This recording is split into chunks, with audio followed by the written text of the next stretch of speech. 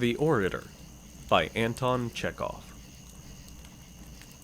One fine morning, the collegiate assessor, Kirill Ivanovich Babilonov, who had died of the two afflictions so widely spread in our country, a bad wife and alcoholism, was being buried. As the funeral procession set off from the church to the cemetery, one of the deceased colleagues, called Poplovsky, got into a cab and galloped off to find a friend, one Grigory Petrovich Zapoikin, a man who, though still young, had acquired considerable popularity.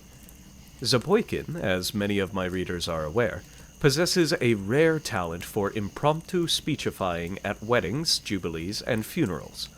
He can speak whenever he likes, in his sleep, on an empty stomach, dead drunk, or in a high fever. His words flow smoothly and evenly, like water out of a pipe, and in abundance. There are far more moving words in his oratorical dictionary than there are beetles in any restaurant. He always speaks eloquently and at great length, so much so that on some occasions, particularly at merchants' weddings, they have to resort to assistance from the police to stop him. "I have come for you, old man," began Poplovsky, finding him at home. "Put on your hat and coat this minute and come along. One of our fellows is dead. We are just sending him off to the other world, so you must do a bit of palavering by way of farewell to him. You are our only hope. If it had been one of the smaller fry, it would not have been worth troubling you. But, you see, it's the secretary, a pillar of the office, in a sense.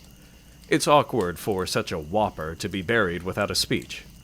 "Oh, the secretary," yawned Zapoikin. "You mean the drunken one?" "Yes.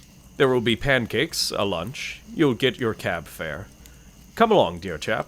You spout out some rigmarole like a regular Cicero at the grave, and what gratitude you will earn." Zapoikin readily agreed. He ruffled up his hair, cast a shade of melancholy over his face, and went out into the street with Poplovsky. "I know your secretary," he said as he got into the cab. "A cunning rogue and a beast, the kingdom of heaven be his, such as you don't often come across." "Come, Grisha, it is not the thing to abuse the dead." "Of course not. Aut mortuis nihil bene." But still, he was a rascal. The friends overtook the funeral procession and joined it. The coffin was borne along slowly so that, before they reached the cemetery, they were able 3 times to drop into a tavern and imbibe a little to the health of the departed. In the cemetery came the service by the graveside. The mother-in-law, the wife, and the sister-in-law, in obedience to custom, shed many tears. When the coffin was being lowered into the grave, the wife even shrieked, "Let me go with him!" but did not follow her husband into the grave, probably recollecting her pension. Waiting till everything was quiet again, Zapoikin stepped forward, turning his eyes on all present, and began. "Can I believe my eyes and ears? Is it not a terrible dream, this grave, these tear-stained faces, these moans and lamentations? Alas, it is not a dream, and our eyes do not deceive us.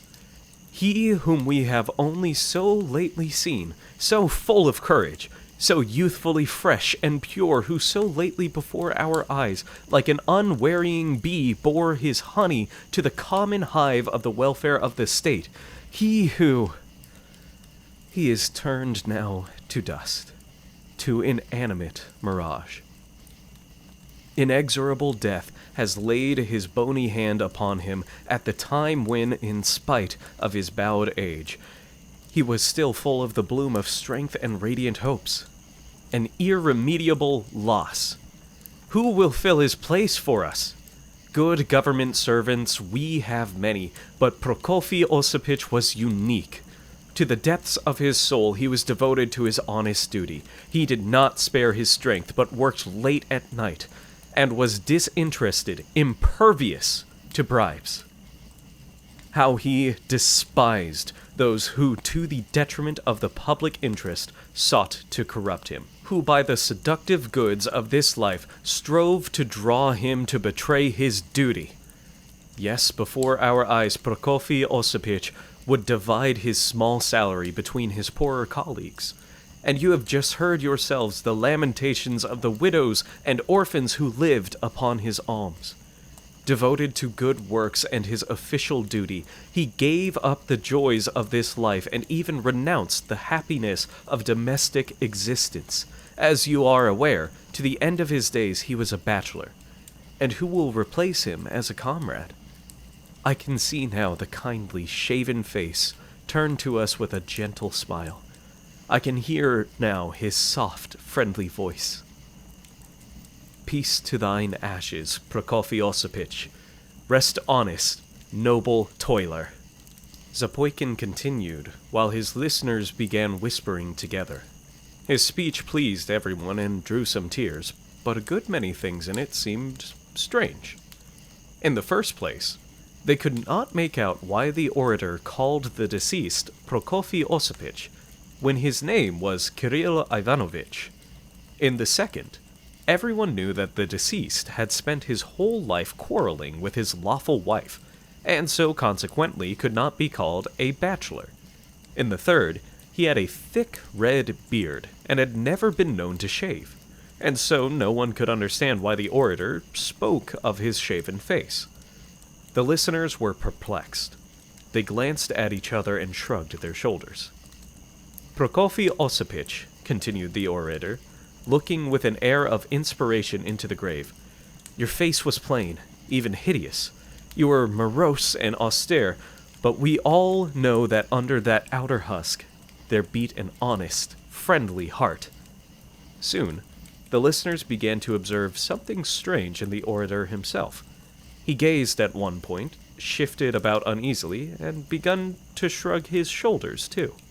All at once, he ceased speaking, and gaping with astonishment, turned to Poplavsky. I say, he's alive, he said, staring with horror. Who's alive? Why, Prokofy Osipich, there he stands, by that tombstone. He never died. It's Kirill Ivanovich who's dead. But you told me yourself your secretary was dead. Kirill Ivanovich was our secretary. You've muddled it, you queer fish. Prokofy Osipich was our secretary before, that's true, but 2 years ago he was transferred to the 2nd Division as head clerk. How the devil is one to tell? Why are you stopping? Go on. It's awkward. Zapoikin turned to the grave, and with the same eloquence continued his interrupted speech. Prokofy Osipich, an old clerk with a clean-shaven face, was in fact standing by a tombstone. He looked at the orator and frowned angrily. Well, you have put your foot into it, haven't you? Laughed his fellow clerks as they returned from the funeral with Zapoikin. Burying a man alive! It's unpleasant, young man, grumbled Prokofy Osipich. Your speech may be all right for a dead man, but in reference to a living one, it is nothing but sarcasm. Upon my soul, what have you been saying? Disinterested, incorruptible, won't take bribes. Such things can only be said of the living in sarcasm. And no one asked you, sir, to expatiate on my face. Plain, hideous, so be it. But why exhibit my countenance in the public that way? It's insulting.